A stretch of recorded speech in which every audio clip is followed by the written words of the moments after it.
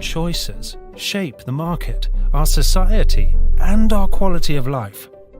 That's why Euroconsumers helps millions of people in their daily choices, providing simple solutions to complex problems. Euroconsumers is a cluster of organizations, a network of people, a group established to protect consumer rights and well-being that brings consumers and companies together in transparent relationships of trust that respect their independence. Our deep understanding of products and consumption gives consumers a credible, expert voice worldwide. We bridge the gap between buyers and manufacturers, between supply and demand. And in this digital age, we create opportunities for all parties to come together in constructive dialogue, partnering to build a future of better products and services. Euroconsumers has the power of a global group that believes humanity can develop, grow, and change for the better, and that we can promote this by uniting millions of consumers in strength and speaking responsibly for them while simultaneously engaging in relationships of trust with responsible, sustainable companies.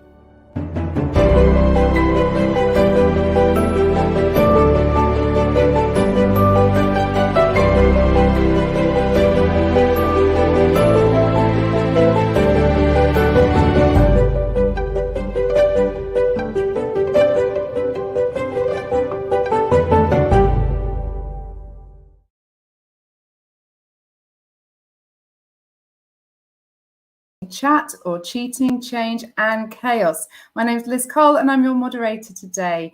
And hello to everyone watching Start Talking live, and for those watching or listening to a recording. We had almost 1,000 people sign up, which we're really excited about, and I can see from some of the chat that you're from all over the world, from the US, South Africa, India. So welcome everybody. We're really great to be here with you. So Euroconsumers will be live tweeting this webinar. If you want to join in, you can use the hashtag #StartTalking, and also make sure to follow the account at Euroconsumers on Twitter and LinkedIn so you can keep up with all our other activities as well. If you're watching on YouTube and LinkedIn, you can also share the live stream. So everybody seems to be fascinated by ChatGPT. It's the latest impressive iteration in what machine learning can do. It can deliver convincing and natural sounding responses to questions.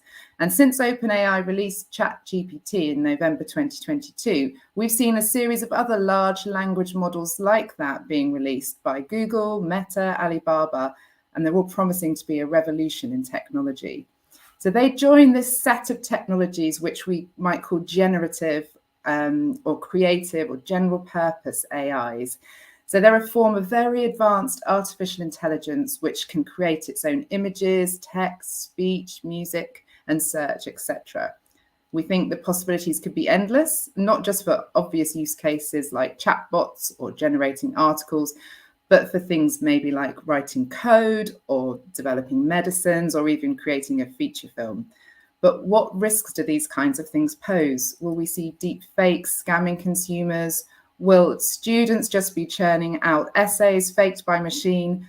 Do we face a future when nobody can really tell what's real or not? And does that matter? Well, I'm here today to discuss all of these questions with a really fantastic and well-informed panel. So it's my pleasure to start to introduce them to you. First of all, we have Colin Strong. Colin is the head of behavioural science, an expert in consumer behaviour at Ipsos Global. He's the author of Human Data, and he writes a lot about how consumers respond and adapt to the technology in the world today, and on the nature of knowledge, belief, and information in the digitalised society. He also publishes a weekly blog called Frontline BSci, I hope I pronounced that right, which is well worth a read. So welcome, Colin. Next up, we have Cornelia Coutura, who's Senior Director at Microsoft.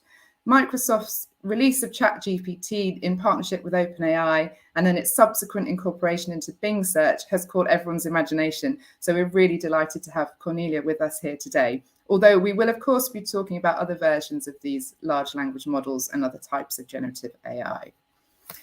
Next up, we've got Alexander Brezar. He's a journalist and editor at Euronews. He started out his career as a TV reporter and Brussels correspondent for Bosnia's national public broadcaster. He's also written op-eds for the Washington Post and The Guardian, And in a world where online facts have become a battleground, he's received awards for his work on fact-checking. Next up, we have Gabriele Mazzini. He's team leader for the Artificial Intelligence Act at the European Commission. He's been with the Commission since 2017, focusing on all the legal and policy questions that are thrown up by new technologies. And as his job title suggests, he's heavily involved in the development of the AI Act. Next, we have Daniel Lufer. He's a senior policy analyst at the global digital rights organization Access Now. He's based in their Brussels office, and he focuses very much on the impact of emerging tech like AI on digital rights, on societies, on consumers and citizens. So welcome, Daniel. We also are really pleased to have joining and contributing via a video pre-record, Brando Benifei, who's a member of the European Parliament, and he has been since 2014. And he's the joint lead negotiator of the EU's AI Act. There's a major piece of legislation which is setting out to both protect consumers and citizens and stimulate innovation in AI in Europe. And we can talk later about whether that's possible. And of course, we welcome you, everybody watching and listening, and we invite you all to make comments and questions. As I say, there's an awful lot of you today, which is fantastic, but we can't promise that we'll be able to get to all of your comments and questions. Okay, so let's get started.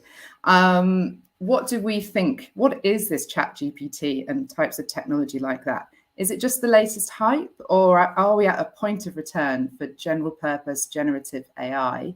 That's a question that I asked Brando Benifei, and we're going to go now to hear his take on that. Dear all, I'm sorry I cannot participate in person with you, but I'm very pleased to have the opportunity to address you with this video message. These are crucial weeks for the negotiations on the AI Act, with several open issues still to be closed, in order to be able to present a solid position and start the trilogues around April. As we all know, artificial intelligence is a revolutionary technology whose applications could potentially disrupt the lives of citizens, the organization of work, and even democratic institutional arrangements. What makes it particularly difficult to regulate is the unpredictability of certain open applications, of which we can only see some aspects today, but of which we are unable to fully anticipate future evolutions.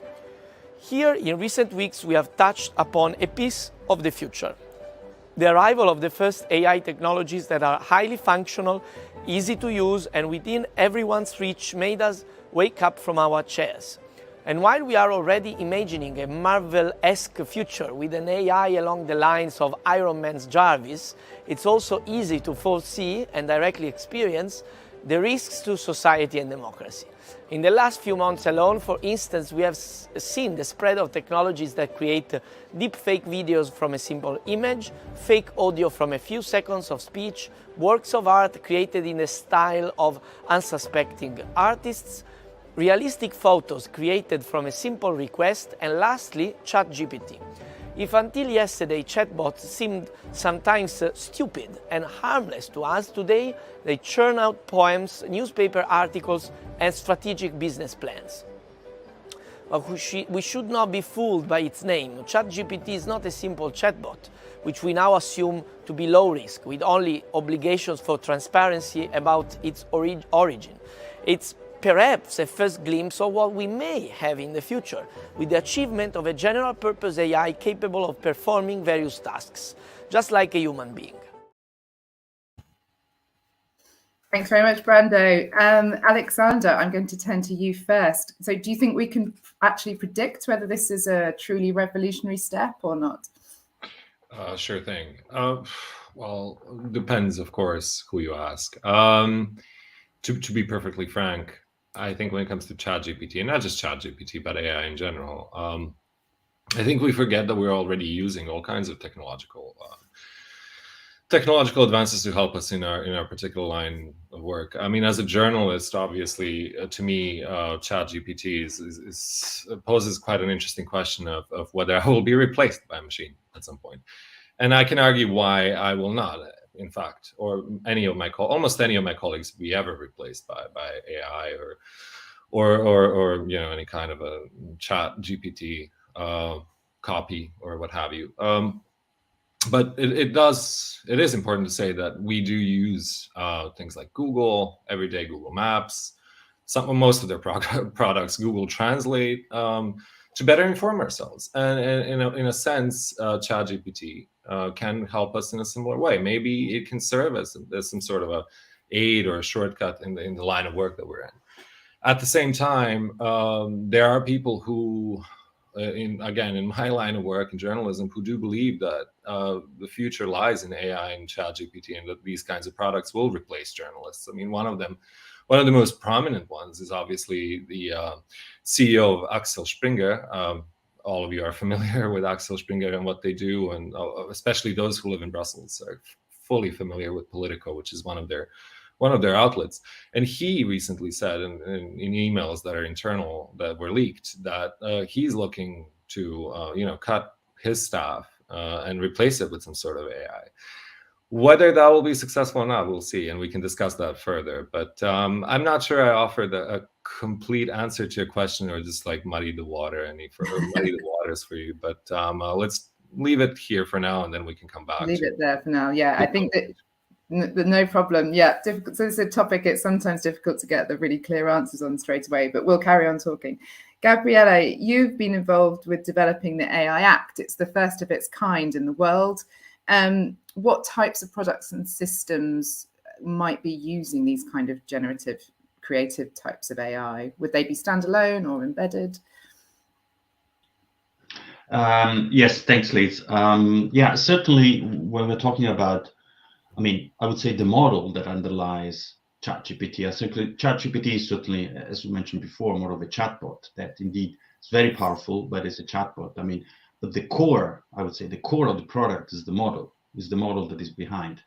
And then it's a language model. It's a very powerful language model. And language models also have been around for a long time, and certainly they are integrated in a variety of products. So to get back to your question, certainly now here we see the emergence of so powerful models that indeed is not just OpenAI, but also other companies, that may lead to certain specific risks because of their capabilities, including emergent capabilities. And as all previous language models can be integrated in other products, so can happen also with this type of more powerful, I would say, models.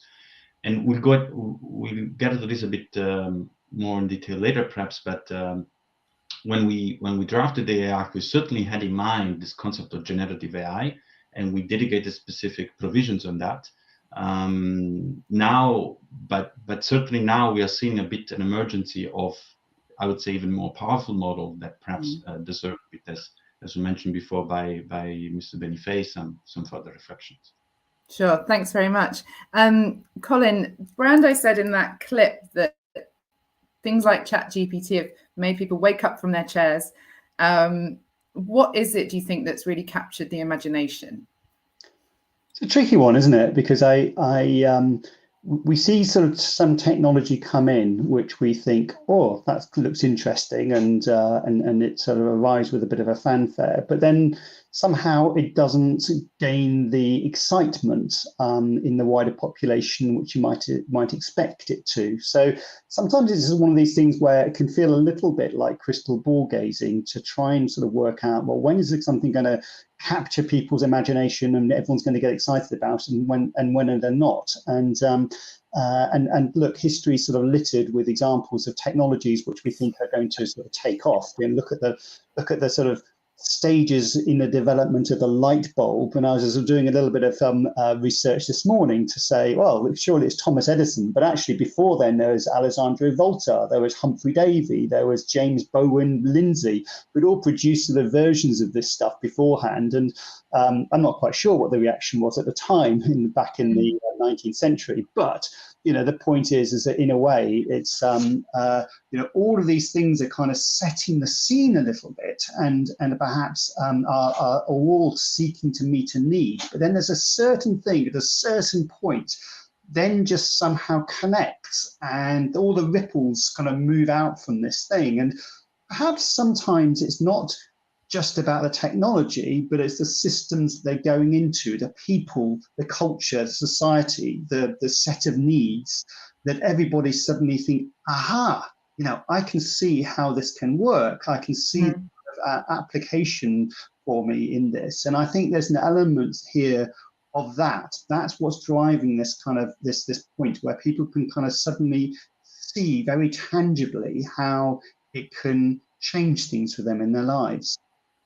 Okay, thanks, Colin. That's interesting. I was just thinking then, if this had been released just as a pandemic started, whether that it would be meeting that need for people to have a conversation with somebody. But anyway, Daniel, Daniel, just to turn to you now, you've followed lots of technological developments, particularly in AI, for a long time. You've written also about mythology and things like that around the way we think about this kind of tech. But so interested in your take, is this another step forward, or just another small step forward, or a giant leap into the unknown? Where do you think we are? Yeah, and just thanks, first of all, for inviting me here. Very happy to be on this panel today. Yeah, it's funny. I actually went back to an essay I wrote about GPT-2 in 2020. It's funny to read. I would actually still stand by it, which maybe answers the question in that it was quite a critical essay. That it's I think technologically there hasn't been a huge leap, but as many of the other panelists have said, it's somehow just, you know, hit the tinderbox and it really took off. And I think many of us who've been working on large language models, you know, to varying degrees for years, have been quite exhausted and excited the last while, because you can finally explain to people what you work on. People kind of have much more of an idea. I think it's very tangible for a lot of people in the way that developments in AI haven't been up to this point. So I think ChatGPT in itself, you know, is impressive, and I was impressed by it as a kind of a hardened skeptic. But I do think that the bar that I was judging it against was very low, and the bar that it's being, you know, judged by publicly is extremely high, and I think is going to lead to, and has already started to lead to, a lot of disappointment. You know, the classic one is I've heard stories about people coming into libraries asking for books and they don't exist because they got recommendations from ChatGPT.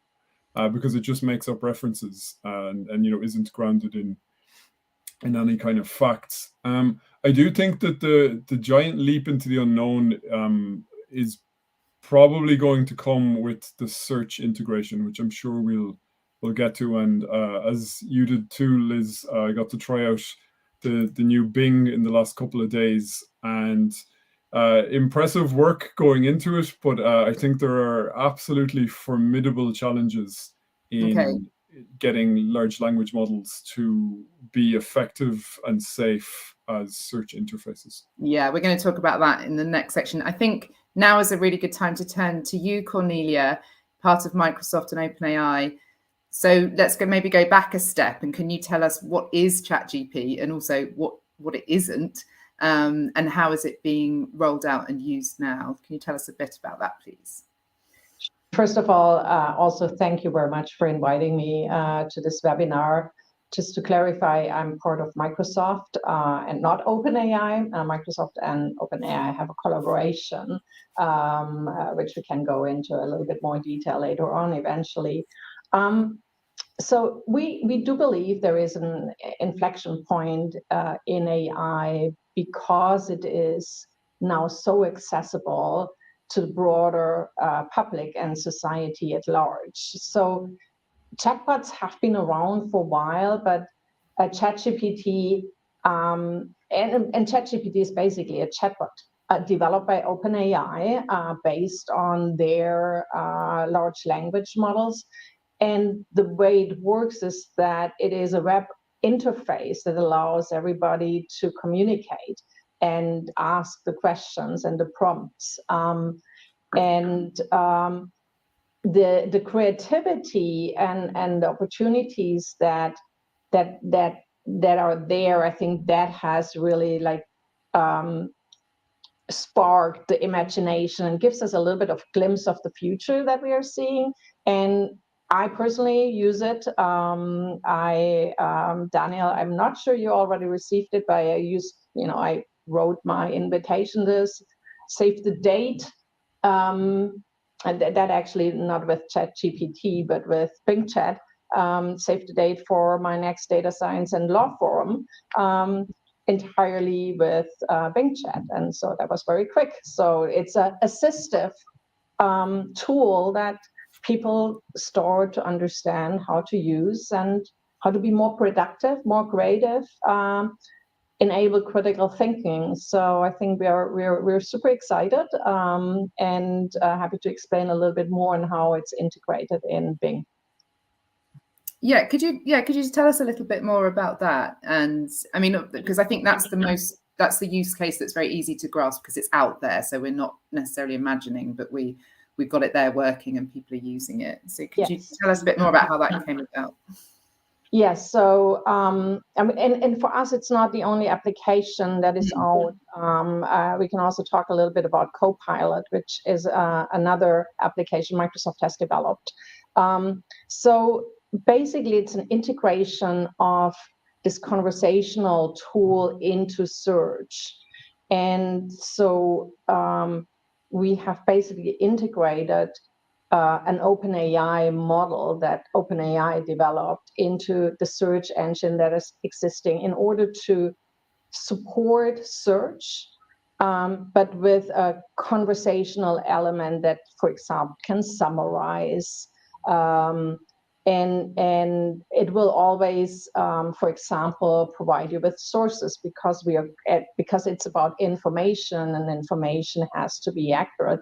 So we have, through the application, we have certain features and mitigations that sort of tailored to the objectives of what search is about. So we will provide sources so that people that use Bing Chat can actually go back to where this is found. It's also different because as it is a search engine, it has not this, it is not only focused on the data within the model, but of course it has this additional function of the search tool itself, which provides you with more updated information, like the search generally functions. Okay, that's great. Thank you. I mean, having played around with it a bit, I can see there's so many helpful examples where for this chat-enabled search, and it gives you a kind of more a holistic, almost suggestion as opposed to a list of options. So something like, can I give me a recipe for a dinner party for people who want to, for under this budget and all the ingredients sourced within 100K, something like that. Brilliant, very helpful. Those kinds of things, they're easy to verify, and perhaps more crucially, they're okay to get wrong. So there's not a huge risk if that doesn't quite work out. But for me, I suppose the challenge comes when something being wrong or inaccurate could actually cause harm or detriment, and consumers will be using that search for health advice or financial advice. So how have you anticipated and thought about those challenges? And why we believe, we'll probably talk a little bit about the AI Act, that the focus of regulation should really be on the application, because here you can really think about sort of what are the useful and the use cases for which you intend this application to work for, and what are the specific risks that you have. And within the application, you can then build mitigation measures into the application layer to avoid that. So, for example, in the context of health advice, you would want to make sure that either there is a hard stop in giving advice or list URLs, but give advice to go to see a specialist. So there you could basically train and tailor the application in order to avoid these types of risks. Okay, so that I see what you're saying. So if the person deploying it could put in some safeguard and to make sure it's used responsibly, But of course, once this is out the bag, there'll be plenty of providers who won't be so interested in that. So Daniel, I wanted to come to you, because I think there's been some emphasis on people learning how to use the tool well and how to ask the right questions. But is that possible? Yeah, this has been something that keeps coming back to me recently, because I've been chatting to people and colleagues in the digital rights community who maybe haven't been following the large language model discussion but would be pretty technologically savvy, and I find that the barrier to understanding especially why they fail in the way that they do, is quite high. I was even asked a question like, why was ChatGPT designed to produce false information? And it wasn't designed to do that. It wasn't really designed to do much more than predict the next word in a sequence. And now there's kind of a scramble to figure out, business applications. There's all of this VC funding flowing into generative AI. So it's a little bit like it was being developed, not for specific applications, and it showed some interesting emergent properties, and then we're trying to sort of wrangle it into specific use cases, but it tends to work in ways that are maybe a bit at odds with that. As we've said, like kind of recommending people books that don't exist, and things like that. And I think we've seen it explode so far beyond the tech kind of savvy community. A lot of people are using it who wouldn't be familiar with the technological side of it. And I think the objectivity that people associate with the term artificial intelligence will really disarm people in a problematic way. One of the things that large language models are really not good at is arithmetic. And that's something that the general public would assume that they are good at. So they will probably take at face value numbers that are given back. Whereas because of the way that they work, it's actually extremely likely that anything that they do involving figures, mathematics, is going to be wrong. And I think there's barriers like that we're going to have to deal with. That's really interesting. Like when you follow the Google map, even though it's not the route you take and it's not quickest. Colin, I'm sure you've got something to say on that, studying how consumers might react to what's being presented to them. Yeah, it's a tricky issue, isn't it? I think, and I feel actually a bit conflicted about it, and I do quite a lot of work in the area of misinformation, conspiracy theories, and trying to look at the way in which people the nature of belief in this space and how that works. And I think that contrary to what can feel like popular opinion, I think people are quite often quite good at sifting through stuff, and simply because people are doing something or working with something and receipt of some information, or even when they share it, doesn't necessarily mean that they're absolutely signed up to it and fully believing in it. I think people are often pretty good at having a somewhat sort of skeptical take on the information that they're receiving, and they're not necessarily going to, sort of absolutely sort of signed up to what the outcomes are. On the other hand, I think that to the point we were just hearing, there is a degree of kind of reverence and deference to information that is supplied by certain sources. And I would agree the term AI does tend to suggest a certain level of assume a certain level of quality and humanness in the nature of what it is. I suspect that what we're going to be seeing are new norms being developed, because look at how the conversations just changed so much in the last couple of months. I was relieved that this was sort of not 2 months ago, in fact, because actually an awful lot is coming out and being sort of discussed. And I think some of those conversations are going to go into the wider population, and people are going to start getting a sense of, when can you use it? When can you rely on it? When can't you rely on it?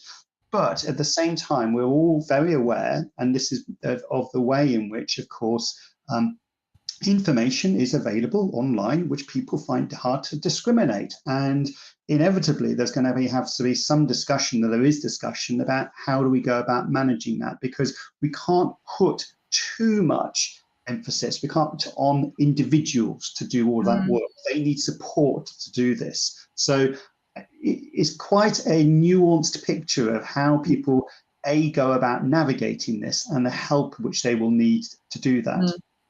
Yeah, I agree. And I think we probably need to think a lot more quite differently about what digital skills or digital literacy means, because what you're suggesting is a very different way of seeing it and getting over almost like the emotional and the reverence you have for machines.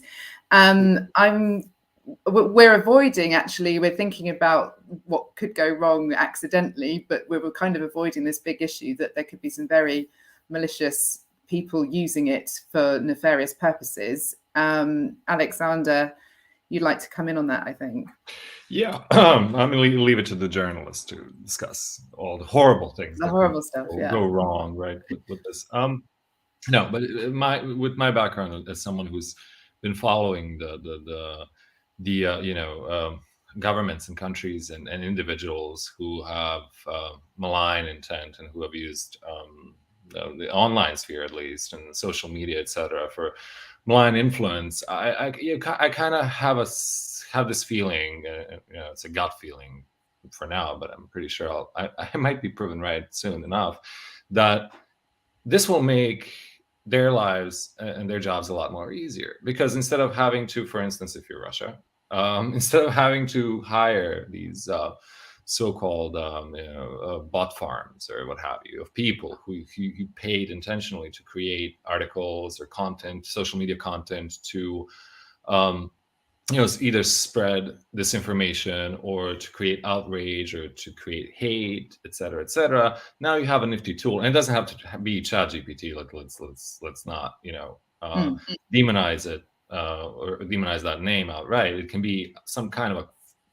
a version of it, or a different product altogether that does the same thing, that you could use, or that could have been created by those same governments or people close to them, or organizations, companies close to them, that you can then use to create all of this content, just to flood the information space with all these terrible things that we've been fighting against for so many years through different means, through, like you mentioned, insistence on critical thinking in education, what have you, digital literacy programs, fact checking, debunking, etc., etc. And now that there's a possibility that a machine could take this over and do the dirty work for someone, I mean, without any blame to it per se, it kind of it makes me wonder.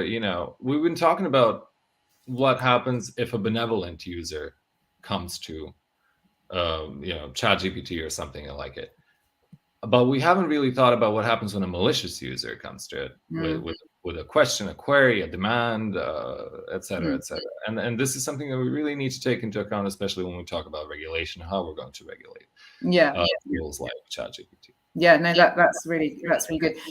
It made me think of someone giving the example of, give me could you write me a list of anti-vaccination myths in a very convincing style of the WHO? So just like a really basic example of how some of these large language models could be made to copy styles and content.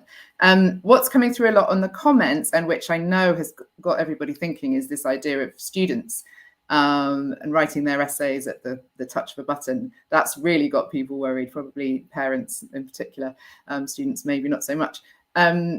So, I mean, plagiarism's been around for a while, but this does feel different. And Daniel, I wanted to bring you in because I think there's a few solutions that are emerging quite quickly now, such as, was it watermarking? Do you think that kind of verification can help? Yeah, one observation I'd just like to share on this is that AI has been used in the education sector for years to surveil students. And the moral panic only happened when a solution came along that students could use themselves. So I thought that was interesting. But yeah, as you say, technical solutions are coming thick and fast and not very good so far to detect the outputs. of these models. There's been various detection software touted, but it seems to not have a very high success rate. Watermarking, as you mentioned, we all know the kind of classic photo watermarking where there's a physically visible sign on a photo or something. This would be more kind of embedded, using hashes and things like that, so that maybe OpenAI would be able to detect if a piece of content was generated by one of their models. So it wouldn't be visible necessarily to a user, but they would be able to do that. I think, when it comes to solution or to problems that are getting people really worried, like students using the software like this to cheat, that's potentially interesting as a solution. The other thing it's interesting for is that there's a real threat of the internet actually being flooded with kind of quite mediocre AI generated content, and that actually going in to train the next generation of models, making it more mediocre, and that's a risk. And so I think some of these companies are looking at watermarking actually so that the generated content doesn't go into the training data for their own models, which was a great piece in the New Yorker about this, where Ted Chiang said that if it's not good enough for the next generation of models, it's probably not good enough for us.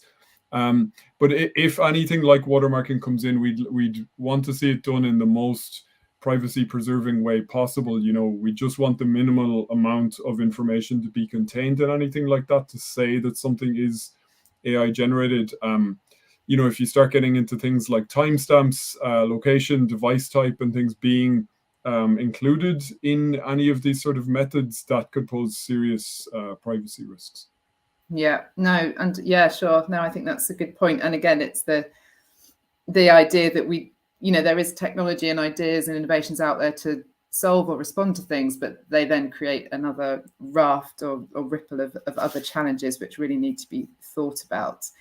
I just before we leave this and look at how it might be regulated, I did, with my consumer head, I want to think about how it might lead to a rise in scams and frauds and things like that. As well as some more positive consumer cases. So I heard the example of someone who'd asked, I think it was ChatGPT, to write them an appeal against a parking fine in a very convincing, persuasive manner, and they had their fine revoked. So I think we can't really ignore that this can also empower people who may not be able to access that style of writing or that persuasive capacity to get good outcomes. But then my mind also goes to how it might lead to a rise in scams, particularly long-term ones, which rely on creating dialogues like romance scams. So Colin, is that a question of, this comes from a question of like, how can we tell what's real or fake? And if we're going into a world where we're just much less certain about what's real or fake. What's your take on that? I think to some extent, this isn't a new issue that the human race has got to unpack, right? So I think that we've always had the challenge of, look, is someone being genuine and authentic, or are they lying and sort of pulling a fast one? And of course, that issue's been around throughout history. Obviously, what we've got here then is a situation whereby this is being delivered in a particular digital mechanism, and obviously we're using that to navigate our lives. I go back to the point I think I'd make earlier on. It's like, well, what are the kind of cues, the signals, the customs and practices that we'll be developing to be able to filter this stuff? Because I think that's the challenge,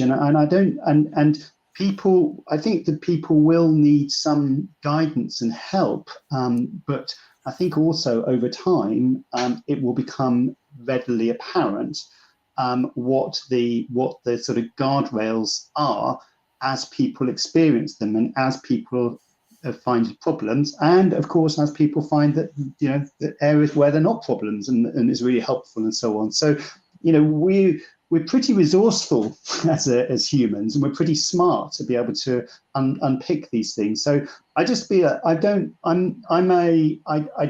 on the one hand, sure, people need help, people need support, and there will always be vulnerable people who can come to harm.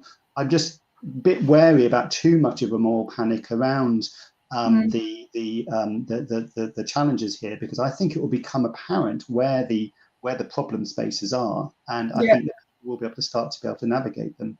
Yeah, I hope so. I feel like it's a bit of a mass experiment, isn't it? And maybe some people who've grown up with high tech have already been through enough of those. But maybe that's the world that we're living in. That's possibly sounding a little optimistic, but optimism is good. I think what we're seeing through the comments is a mix of like, this is the future. Let's not let risks hold us back, and versus more people on the side of no, we really need to put some things around to mitigate harms, which brings us very nicely into the next section, where we're going to spend about 10 minutes or so looking at the things that could help mitigate some of the risks. And the release of the models such as Google's Bard and Alibaba's Ernie announcement and ChatGPT all coincide with the final stage of negotiations of the EU AI Act. So I'm going to bring in Gabriele here. Now, we don't have time to do the full length coverage of the Act, but we do want to understand a bit more about it, particularly as it's one of the first of its kind in the world to take the horizontal approach. So should we start with the definition? Now, obviously, a definition is really important because that determines the whole scope of the regulation. So can you talk us through the definition that the Act uses and how that relates to generative technologies? And I think yes, sure, slide to help you and to visual aid as well. If you great, thanks a lot. Yes, indeed. I think that's a great point, because sometimes there is a discussion about what is this new generative AI? Is it regulated? Is it not regulated? Is it included in the AI Act or not? And I think it's going to be helpful a bit to see the context of the definition of AI, which you see now on the screen, which was largely inspired by the OECD definition. So the OECD definition is what you see on the right-hand side, and on the left-hand side, you see the definition of the AI Act. And you see that the effort we made at the time, primarily because we wanted the definition of AI in the EU to be aligned as much as possible at the international level, to make sure indeed we have also an alignment of concepts with international rules, that we took as a basis the OECD definition, but we made some changes. First of all, because the OECD definition was contained in actually in a policy document, is this Council recommendation on AI, whereas the AI Act is actually a legal document. And so it was important to make some adaptations there. But also because, coming a bit to the topic of our discussion today, we also felt there was something missing. If you see, indeed, when we say that AI can generate for a given set of objectives outputs such as we added content, and you see predictions, recommendations, and decisions was already there, but we specifically added content because we felt indeed this was an element that was missing. And notably, we were thinking at the time about generative AI, for instance, in the context of generating deepfakes or fakes of audio videos. And for that, indeed, we also introduced specific rules. I don't know, Liz, if you want me to go straight into let's talk about that, because it takes a risk-based approach, right? Right, exactly. So with that, we mean that indeed, basically conceptually, the AI Act doesn't want to regulate the technology as such, so AI as we saw it defined as such, but more we want to focus on certain specific use cases, depending on the risk. So in those cases where we think the risk posed by the AI is unacceptable, then we foresee a prohibition. These are the cases that are listed in Article 5, like, for instance, social scoring. Then there are the cases that pose sort of high risk for health and fundamental rights. And those, the regulation foresees a need to comply with certain requirements. So the AI system needs to comply with certain requirements. And there is an obligation to do a conformity assessment. So before the system is put on the market by the manufacturer, by the provider, it has to ensure that the system complies with those requirements. And then there's the third category of risk, so to say, the one that is in the yellow bandwidth, where essentially the risk posed by the specific system identified there pose a sort of transparency risk, so risk related to the lack of disclosure of the system. And here we have again a bit the link with the generative AI, in the sense that there are two specific transparency provisions. One applies to chatbots. So essentially, when you are interacting with the chatbots, whether it's like ChatGPT, or whether it could also be on the phone, essentially we foresee that humans need to know that they're interacting with the machine rather than a human. And then the second case is about AI that can generate content in the form of video, image, or sound that may lead person to be deceived.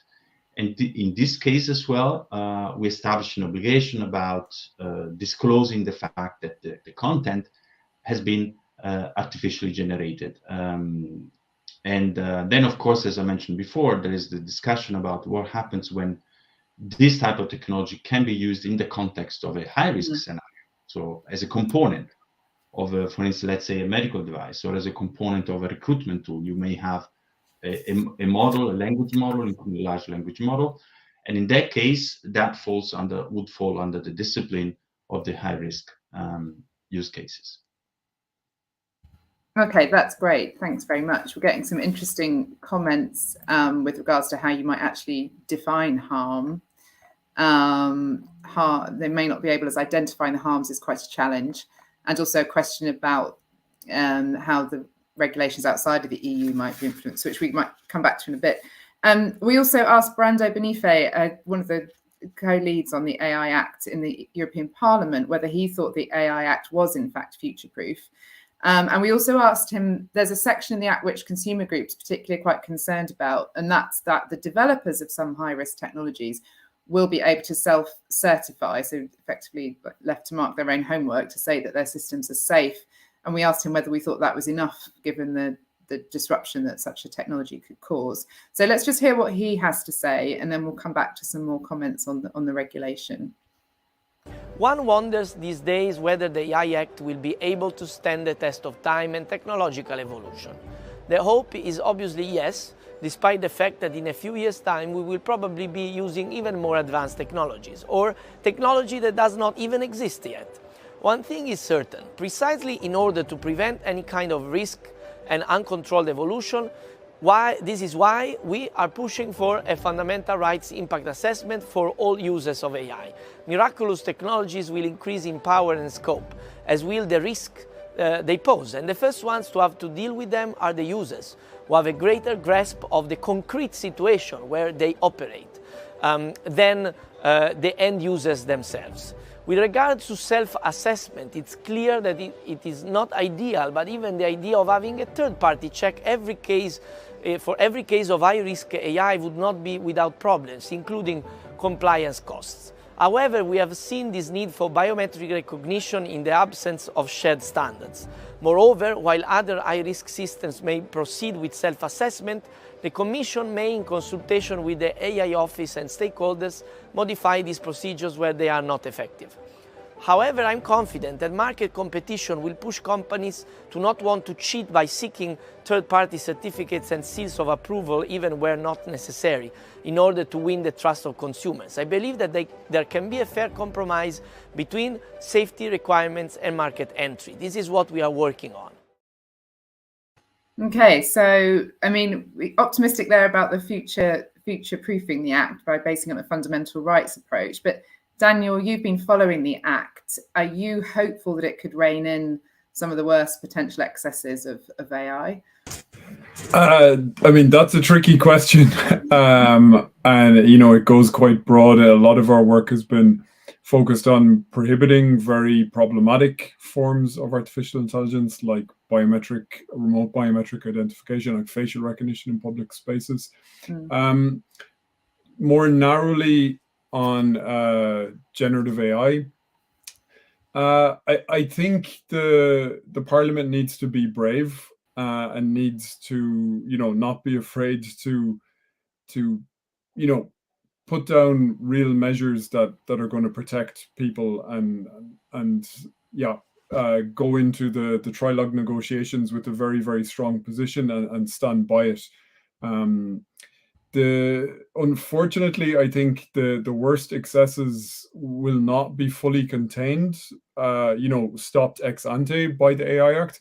But one of the things that the AI Act does is it provides a lot of transparency, or at least it should do. And we've been advocating for, there's a database under Article 60 that would show us what's on the market in the EU. We've been asking for that to be expanded to also show where those things are being used.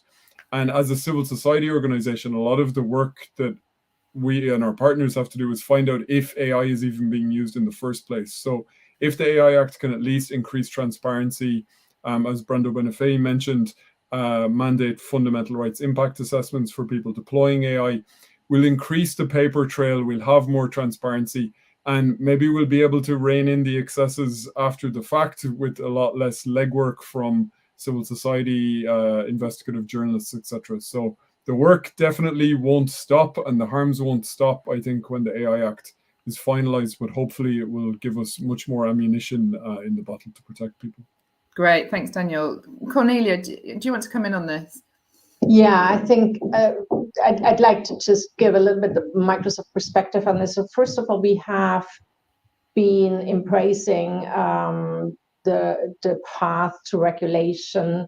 Microsoft is and has over the last couple of years developed our own self-regulatory standard because we think we have the responsibility to do so, but also in anticipation of the norms that are globally now developed.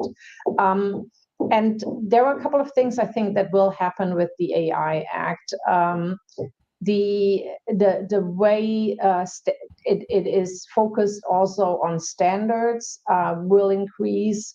The use of these standards are currently in parallel developed, and I think once you start using those to fulfill the requirements, there will be more of incentives to do this beyond the high risk obligations, but without eventually the overall regulatory oversight. And so the risk-based approach is really important also to enable companies to continue to use this technology in high value but low risk scenarios, and there are plenty of those. So I think that is sort of the balance that the AI Act was trying to strike. ChatGPT and Bing Chat comes in a very interesting place because now we are suddenly in this space where this is much more consumer facing as well. So I think there are ways to look at the transparency obligations across the stack to improve those, and considerations around this are still discussed, and we would support this too. But I also want to point out that the AI Act is not the only tool through which AI is regulated. I mean, AI is a technology, so we'll see GDPR is of course, when you think about privacy protections, they have to be applied to AI technology. The Digital Services Act equally has provisions in there that require companies to think about how they apply to, for example, recommender systems, which largely on AI. So it's the AI Act is not the only tool that sort of is within this regulatory framework that we will see. Yeah, it's a jigsaw puzzle of different regulations, isn't it? Very quickly, Gabriele, you have you got anything to comment on the territoriality aspect of it? Yeah, sure. Just quickly, just to say that the AI Act is an internal market legislation. So that means it applies to the AI systems that are, placed on the market and used in the EU market. But it applies regardless of where the providers are coming from. So it only applies to, say, the manufacturers of AI systems that are based in the EU. It also applies to manufacturers of AI systems that are based outside the EU, but still want to bring their product to the EU market. So it's a classic approach of product legislation that applies the same rules to any manufacturer. Sure. Okay. I can't believe it. We're into the last 5 minutes. I feel like we could really talk about all these different aspects we've discussed in their own conference even. But we're going to turn to everyone now for some final reflections on what these advanced technologies might mean for them personally or for their sector. So I asked Brando Benife if lawmakers like himself will be out of a job now if generative AI is able to write regulations for itself. So let's hear what he had to say about that. I've been asked whether AI will one day write laws for us. A few months, it seems that Meta's AI was able to win at the game on diplomacy, like an experienced diplomatic person or even a lobbyist. Here, I personally hope that this substitution does not happen, and I'm not saying this out of fearing of losing any job in the public sphere, or because I think the decisions made by humans are better necessarily, but because I believe that in any field the ultimate responsibility must always lie with humans. Already in recent weeks, in the debate on ChatGPT, two fronts have opposed each other. One that wants to ban it from schools to prevent students from using it to take tests, the others that already sees the future, new courses to teach students to use it to help them in their studies, to ask the right questions and improve the results of their research, while remaining aware that those answers will always have to be verified. Here, I'm more of the second school. I mean, if I can use this game of words, it will help them to do better and faster, but with supervision, transparency, and therefore knowledge needed to do it. That will always be human. And I also say this in the interest of all the stakeholders, that we still need them to discuss with us directly. In conclusion, I would like to make it clear that no one would want to regulate the future per se, but the risks have become so great and technology so cheap and so pervasive that it would be irresponsible to prevent otherwise. So that's why we are focusing on having a human-centered AI that can stand the changes happening around us and then can spread trust. Trust in technology, trust in protections, trust in a future society where there will not be intransparent control or forms of exploitation through these evolutionary technologies. I think we are on the right track, and this is also thanks to the continuous exchange and debate with all the stakeholders like you. Thank you for giving me the opportunity to launch this little input, and I hope to see you all soon and continue our discussions. Thank you very much. There's Brando from his what looks like a busy hotel or conference that he's at. I'm going to ask everyone very quickly now to give their reflections. Alexander, you said earlier that you didn't think you'd be out of a job. Why do you think that? Sure. You said that just as my light here died out, so maybe that's an omen. No, I don't think I'll be out of a job. That's for sure. I mean, first of all, it took us. This is something that's still developing, and so we're still kind of trying to learn to adopt it in our daily lives, to live with it. And we obviously, panels like this one are quite good because we get to debate all kinds of possibilities and what ifs, but also discuss legislation as we have, and why that's important, and why future proofing, for instance, is important. Why I'm not going to be out of a job is because journalism still really, and I think always will depend on the human factor. Just in brief, nothing can really replace, for now, nothing can really replace a journalist, a reporter who's on site. Nothing can really replace the kind of human connection that we make when we talk to our sources, the long-standing relationship that you build with experts in their particular fields, and even politicians, or it depends on which sector of journalism you're working in. But all of that, again, requires a human being, and will most likely always require a human being on both ends. So I personally think that, all things considered, ChatGPT and other tools will only help us get better at what we do. But as long as we, like I said earlier, do not abuse them for any kind of malicious stuff. Okay, thanks very much. Colin, are you worried about your job?